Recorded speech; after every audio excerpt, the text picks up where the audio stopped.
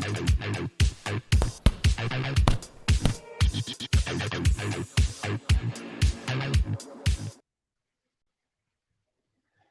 boxing fans, and thank you for joining us once again here on Talkin Fight as we have another episode of the boxing news today lined up for you, courtesy of our friends at boxing247.com. We're going to start off with a quick little story about the WBC and their extension of the free negotiation period for the Tyson Fury versus Dillian Whyte fight. The WBC has extended free negotiation period for the WBC mandatory heavyweight title fight between champion Tyson Fury and interim champion Dillian Whyte. If there is no agreement between the parties, the first bid will be held on Tuesday, January 18th at noon in Mexico City, which is where the WBC has its headquarters. Elsewhere, we see that due to the exceptional demand from the fans who want to savor the final bout for the Big Belt Championship, the promoter, the Boxing Showcase, has decided to move the event from December and conduct the finals at the beginning of the coming year, with a great undercard to proclaim the first champions of the tournament of the contest. So on January 29th, the first final of the Big Belt Championship will be held at the Southern Junction facilities in Irving, Texas, featuring in the welterweight division, Jake out of Texas versus Sergio Salinas out of Mexico. In the super lightweight division, Benjamin Germont, again out of Texas, will go up against Daniel Alvarez out of Cuba. In the lightweight division, we see Omar Urrieta out of Texas versus Juan Manuel Castaneda out of Mexico. In the featherweight division, we see Brandon Despain out of Texas versus Joel Martinez, also out of Texas. And in the flyweight division, we see Kentavia Slay out of Texas versus out of Mexico, Jair Reina. The undercard will feature Mark Vasquez going up against Casimo Yakuba, who's out of Ghana. Angel Gomez against the Elgin Ripper Chandler out of Texas. And in the women's 4-round bout, we have Alexis Moniz versus Macy Brew.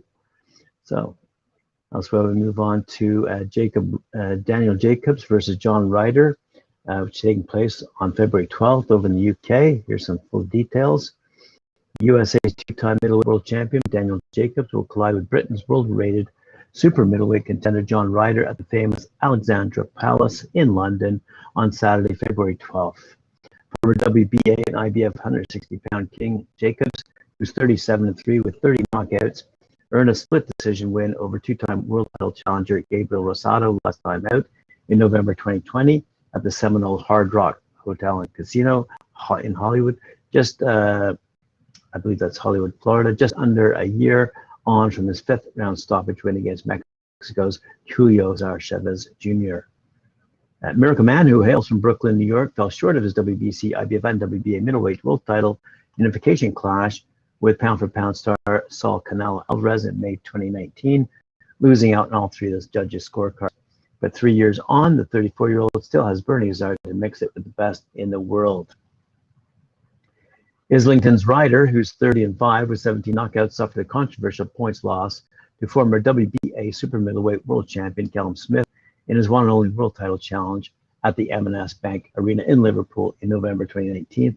But the 33-year-old Tony Sims, trained southpaw, returned with wins over Mike Guy and Josef Yurko in 2019 and 2020.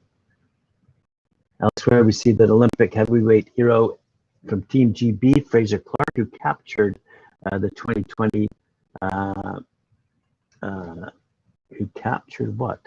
I don't know. Oh, who captained Team GB at the 2020 Olympic Games and won a medal for Great Britain, will make his highly anticipated professional debut at the Boxer Khan versus Brook event taking place Saturday, February 19th at the A Arena in Manchester.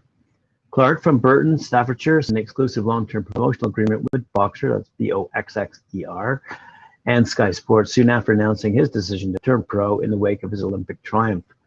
Subject to licensing by the BBB of C, Clarke's appearance is eagerly awaited on the massive Conbrook card, one of the biggest events of 2022. Elsewhere, out of Don King's camp, Alunga Makuba versus Dibiso Machuna on January 29th. Here's some updates.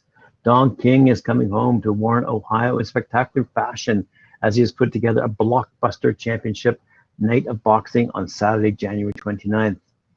Machuno, who's 23-5 with 13 knockouts, the #1 challenger and WBC Silver champion, vows he's ready to challenge Ilunga Makuba, who's 23-5 with 13 knockouts for the cruiserweight belt, since the WBC ordered in its 59th convention that the winner of the fight will face super middleweight champion Saul Canelo Alvarez, probably in May. The WBC cruiserweight champion, who is the cruiserweight champion since January 2020. This will be an action-packed clash for the WBC championship, and with a great fight on the horizon for the winner, said Don King, promoter of the event, in a press release. Good for Don King. Elsewhere, another promoter news, Frank Warren is targeting a monster march with 4 knockout shows. Hall of Fame promoter Frank Warren is planning a monster march with 4 knockout shows. Queensbury stable aces Daniel Dubois, Tyson Fury, and Anthony Yard are all likely to be in action on the blockbuster cards. In April, 2 of Queensbury's WBO #1 contenders, super middleweight Zach Parker and heavyweight Joe Joyce, will return. Warren said, is looking very healthy in the camp for March and April, providing everyone stays healthy. We don't want more COVID. Queensbury planned to kick off 2022 next month with the British Boxing Board of Control's decision to shelve boxing in January for changes.